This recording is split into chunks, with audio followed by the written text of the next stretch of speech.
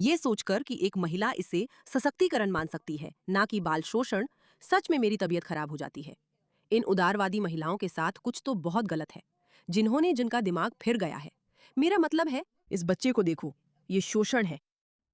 मेरे लिए थोड़ा घूम कर दिखाओ। वाह, बहुत सुंदर लग रही हो। तुमने अपना दुपट्टा इस तरह क्यों ऊपर कर लिया?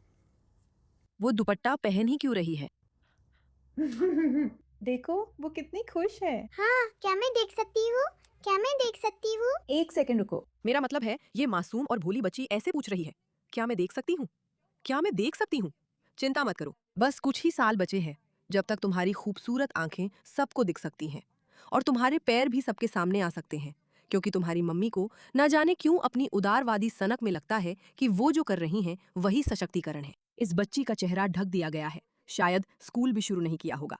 मेरा मतलब है, ये कितनी छोटी है मुझे तो पता भी नहीं चल सकता, क्योंकि मैं देख नहीं सकती, लेकिन शायद उसी राजनीतिक सोच के हिसाब से शादी के लायक है, जो मानती है कि बच्चों के लिए ऐसा व्यवहार ठीक है। ये मुझे पागल कर देता है। और मैं लगातार ये समझने की कोशिश करती हूँ कि जो उदारवादी महिलाएं हैं, जो महिलाओं के अधिकारों में विश्वास करती हैं, जिनका पूरा एजेंडा ही इसी पर टिका है, जो लव इज लव और ऐसी तमाम बातों में विश्वास रखती हैं, वो ऐसा कैसे मान सकती हैं? और मैं इसे बकवास इसलिए नहीं कहती क्योंकि मैं इससे सहमत नहीं हूँ, बल्कि इसलिए कहती हूँ क्योंकि आप लव इज लव और महिलाओं को सशक्त होना चाहिए में विश्वास नहीं कर सकती, और साथ ही साथ राजनीतिक इस्लामवादी आतंकी शासन का समर्थन भी नहीं कर सकती।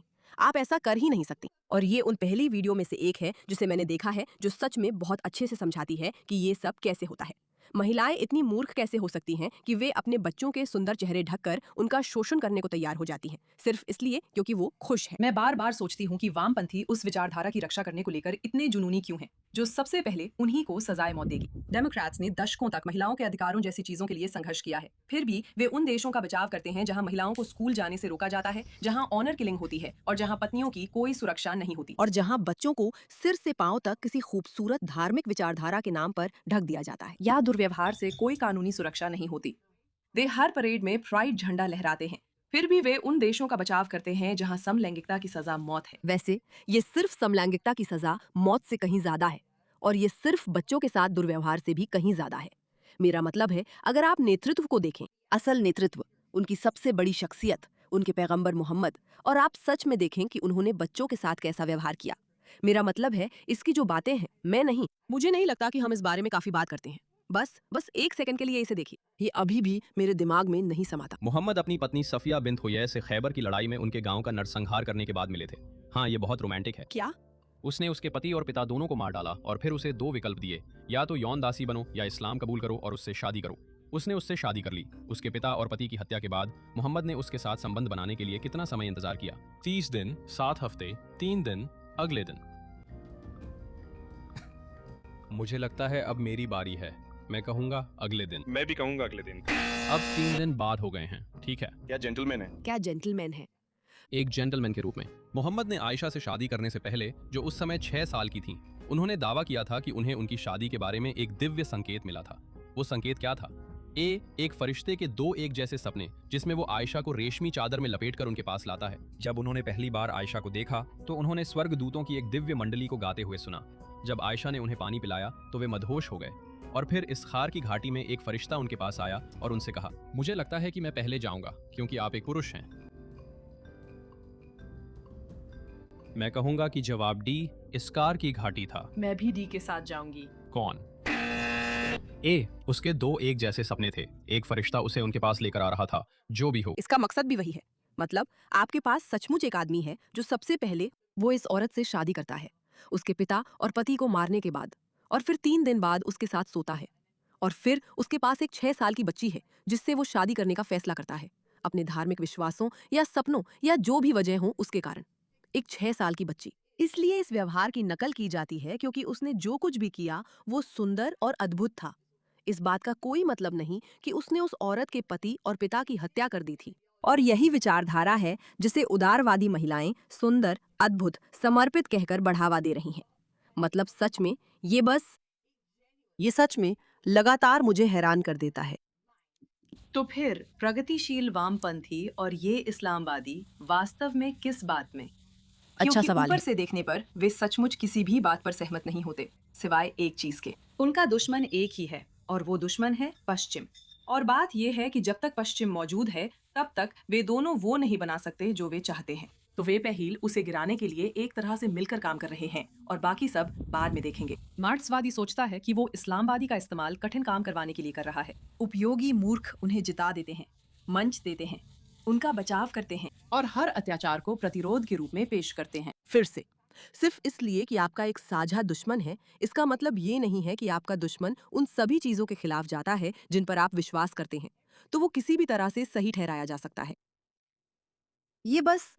ये बस ऐसा है, ये अब तक की सबसे कम बुद्धिमत्ता वाली दलील है।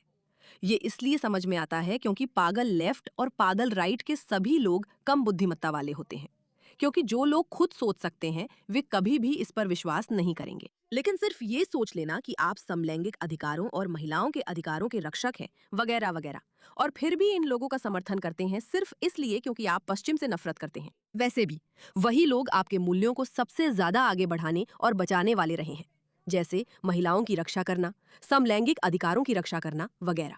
ये बस बेवकूफी है। मेरा मतलब है ये सचमुच हद से ज्यादा बेवकूफी है। और जब उनका काम पूरा हो जाता है तो उनके लिए जो इंतजार कर रहा है वो इतिहास पहले ही दिखा चुका है। ईरान 1970 मार्क्सवादी और इस्लामवादी शाह को हटाने के लिए एकजुट हो गए थे। हाँ, जैसे ही उन्होंने जीत हासिल की, इस्लामवादियों ने हर उस वामपंथी को मार डाला जिसने उन्हें सत्ता मिलाने में मदद की थी। ना। या तो जेल में डाल दिया गया, या यातना दी गई, या फिर गायब कर दिया गया। नहीं, वामपंथियों ने उन्हें क्रांति सौंप दी और बदले में गोली खाई। लेकिन वे यहाँ ऐसा नहीं कर सकते क्योंकि कोई भूखा नहीं है। समाजवादी क्रांतियों की बात यह है कि उन्हें हताशा चाहिए होती है, चाहे वो अकाल हो या बीमारी, और वो अमेरिका नहीं है, तो उन्हें एक अलग रणनीति चाहिए। क्योंकि इस बीच वामपंथी जो कर रहे हैं वो ये है, वे एक छवि चमकाने वाली सेवा बन गए हैं। और मेरा मतलब ये है कि पश्चिम स्वाभाविक रूप से उस विचारधारा को स्वीकार नहीं करेगा जो खुलेआम असहिष्णु है। हम एक सहिष्णु समाज हैं, जो हमारी कमजोरी भी है और हमारी ताकत भी। तो हर बार जब कोई आतंकवादी हमला होता है, उसे प्रतिरोध का एक कार्य बना दिया जाता है। हर नरसंहार को साम्राज्यवाद या उपनिवेशवाद या जो भी हो उसके प्रति एक स्वाभाविक प्रतिक्रिया बना दिया जाता है। वे विचारधारा का सीधे तौर पर बचाव नहीं करते, वे बस उस अत्याचार को आपके लिए तर्कसंगत बना देते हैं। बार बार ऐसा होता है जब तक कि आपकी नैतिक सोच बिना आपको पता चले बदल नहीं जाती। वे आपको ये विश्वास दिला देते हैं कि ठीक है, प्रतिरोध के नाम पर लोगों को उड़ा देना या उन पर गोली चलाना, या आप जानते हैं, इस तरह की सारी बातें पूरी तरह से ठीक है। फिर से, इसकी विडंबना ये है कि वही वामपंथी हैं जो पूरी तरह से बंदूक विरोधी हैं। लेकिन अगर आप विचारधारात्मक रूप से हैं तो यह ठीक है। यह सचमुच, इसमें से कुछ भी कोई मतलब नहीं बनता। यह वास्तव में अविश्वसनीय है। केजीबी के भगोड़े यूरी बेज़मेनोव ने इसे निरुत्साहीकरण कहा था। अगर आप उन्हें पहले अपने ही मूल्यों को छोड़ने पर राजी कर सकते हैं तो आपको क्रांति जीतने की जरूरत नहीं है। ये इस सोच से शुरू होता है कि आम नागरिकों की हत्या करना गलत है। फिर यह सवाल बन जाता है, क्या वे आम नागरिक वास्तव में निर्दोष थे? अगर उपनिवेशवाद का इतिहास देखें, जब आप करुणा के दरवाजे से इसे अंदर ला सकते हैं तो आपको इस्लामी विजय बलपूर्वक करने की जरूरत नहीं है। और वामपंथी आखिरी तक ये समझ नहीं पाएंगे कि उन्होंने क्या बनाया है, जब तक कि सबसे पहले उन्हीं को दीवार के सामने खड़ा करके मार ना दिया जाए। मेरा मतलब है, सचमुच आप इसे देखने वाले हैं। ये किसी उदारवादी मोटार्ड के लिए सशक्तिकरण का एक रूप है जो इसके झांसे में आ गया है।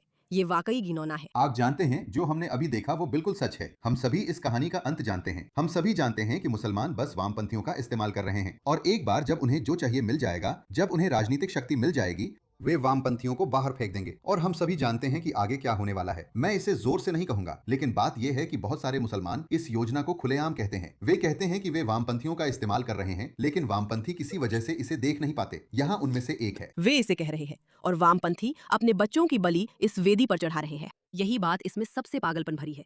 ऐसा लगता है कि जैसे ही आपका बच्चा होता है, आपको कोई नैतिक स्पष्टता मिल जाती है कि आपको उस बच्चे की रक्षा और सुरक्षा करनी चाहिए।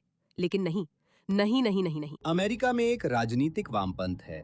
ये एक प्रगतिशील वामपंथ है। जैसा कि आप जानते हैं, ये यौन रूप से उदार है, और ये राजनीतिक आंदोलन अजीब तरह से कट्टरपंथी इस्लाम के साथ जुड़ा हुआ लगता है।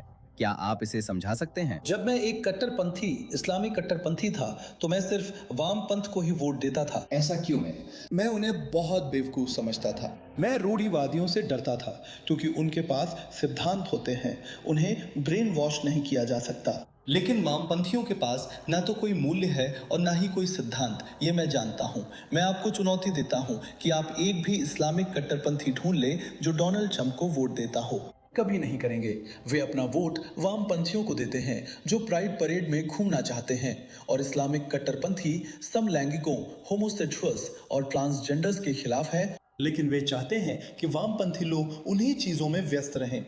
वे यही चाहते हैं, जाओ जाओ जाओ जलवायु परिवर्तन की बात करो, जाओ जाओ जाओ गर्भपात की बात करो। तुम बेवकूफ लोग, बस जाओ यार, बस जाओ, तुम मूर्ख हो, बस हमें वोट दे दो। तुम इतने समझदार नहीं हो कि देख सको इसमें कोई समस्या है। वाह, कमाल है। हम चाहते हैं कि आप लोग राजनीतिक सत्ता में हो। मेरा मतलब है, ये शर्मनाक है, ये सच में शर्मनाक है। और मैं जेके रोलिंग के इस ट्वीट के साथ खत्म करूंगी क्योंकि मुझे लगता है कि ये इस पूरे विषय को बखूबी सामने रखता है। जितना ज्यादा कोई विश्वास बेतुका और साफ तौर पर बेहुदा होता है, उतने ही ज्यादा लोग जो इसे मानते हैं या मानने का दिखावा करते हैं, उसे दोहराने से बचेंगे। उन्होंने सार्वजनिक रूप से जिस बात को मान लिया है, वो जितनी ज्यादा हास्यास्पद है, अपमानित होने की संभावना उतनी ही बढ़ जाती है। उन्हें कोई और विकल्प नहीं दिखता सिवाय इसके कि वे अपनी बात पर और ज्यादा अड़ जाए। और यही वजह है कि इस्लामिस्ट अपनी बात पर अड़े हुए हैं। नहीं, इस्लामिस्ट नहीं, वामपंथी, कम आईक्यू वाले, दक्षिणपंथी, कम आईक्यू वाले लोग अपनी बात पर और ज्यादा अड़े हुए हैं। वे इसका समर्थन इसलिए कर रहे हैं क्योंकि ये इतना साफ है कि मानो उनके माथे पर कम आईक्यू का बड़ा टैटू बना हो। अविश्वसनीय। इस मामले पर ध्यान देने के लिए धन्यवाद।